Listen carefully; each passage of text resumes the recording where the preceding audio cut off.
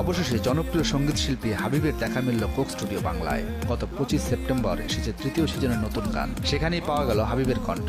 বরেণ্য গীতিকবি খোয়াজ মিয়ার লেখা মজাদু গানটিতে হাবিব কিন্তু একা হাজির হননি, তার সঙ্গে ছিলেন তাজিকিস্তানের গায়িকা মেহের নিগরি রুস্তম। তবে তিনি গেয়েছেন ফার্সি ভাষার গান।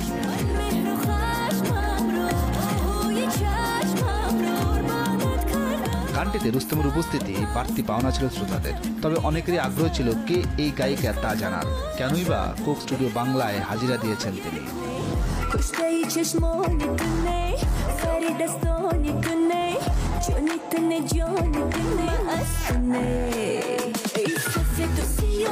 যুক্তরাজ্য ভিত্তিক সঙ্গীত শিল্পীদের নিয়ে তথ্য প্রদানকারী প্ল্যাটফর্ম লাস্ট এফএম থেকে জানা গেছে, মেহের নিগরি রুস্তম তাজিকিস্তানের একজন পপ তারকা। তার ভাই সাফার মোহাম্মদ রুস্তম একজন সঙ্গীত শিল্পী। রুস্তমের জন্ম 1994 সালের 14 অক্টোবর তাজিকিস্তানের খোবালিন জেলায়। তার বয়স যখন মাত্র 5, তখন থেকে গান গাওয়া শুরু করেন তিনি। শুধু তাই নয়, তখন থেকে বিভিন্ন প্রতিযোগিতায় অংশ নেন তিনি।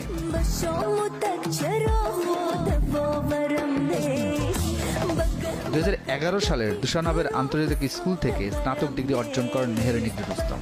তালাবুজা সাত্তরভের নামে নামকরণ করা তাজিক জাতীয় সংরক্ষণাগারের একাডেমিক অনুষদের শিক্ষার্থী ছিলেন এই শিল্পী।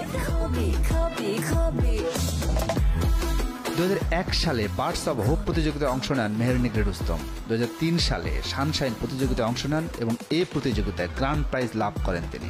পরবর্তীতে তুরস্ক অনুষ্ঠিত আন্তর্জাতিক প্রতিযোগিতা ডিজনি তুর্কি অলিম্পিকে স্বর্ণ ও রৌপ্য পদক লাভ করেন। 2006 সালে CIS তরুণদের মধ্যে অনুষ্ঠিত ডেলফি গেমস প্রতিযোগিতায় লোকসঙ্গীত জনপ্রিয় গান বিভাগে 2টি স্বর্ণপদক জেতেন এই শিল্পী।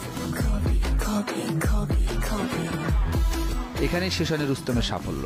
রাজধানীর দুশানবে শহর অনুষ্ঠিত হয় জিলো 2014 প্রতিযোগিতা। আন্তর্জাতিক পর্যায়ে প্রথমবারের মতো অনুষ্ঠিত এই প্রতিযোগিতায় আধুনিক ও জনপ্রিয় সঙ্গীত বিভাগের একটিতে সেরা গায়িকা নির্বাচিত হয়েছিলেন মেহের নিগরি।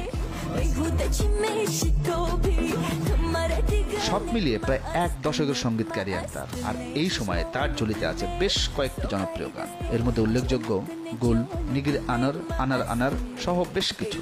সঙ্গীতের পাশাপাশি সামাজিক মাধ্যমে বেশ সক্রিয় তিনি। এসব মাধ্যমে তার অনুসারীর সংখ্যা প্রায় 15 লাখ।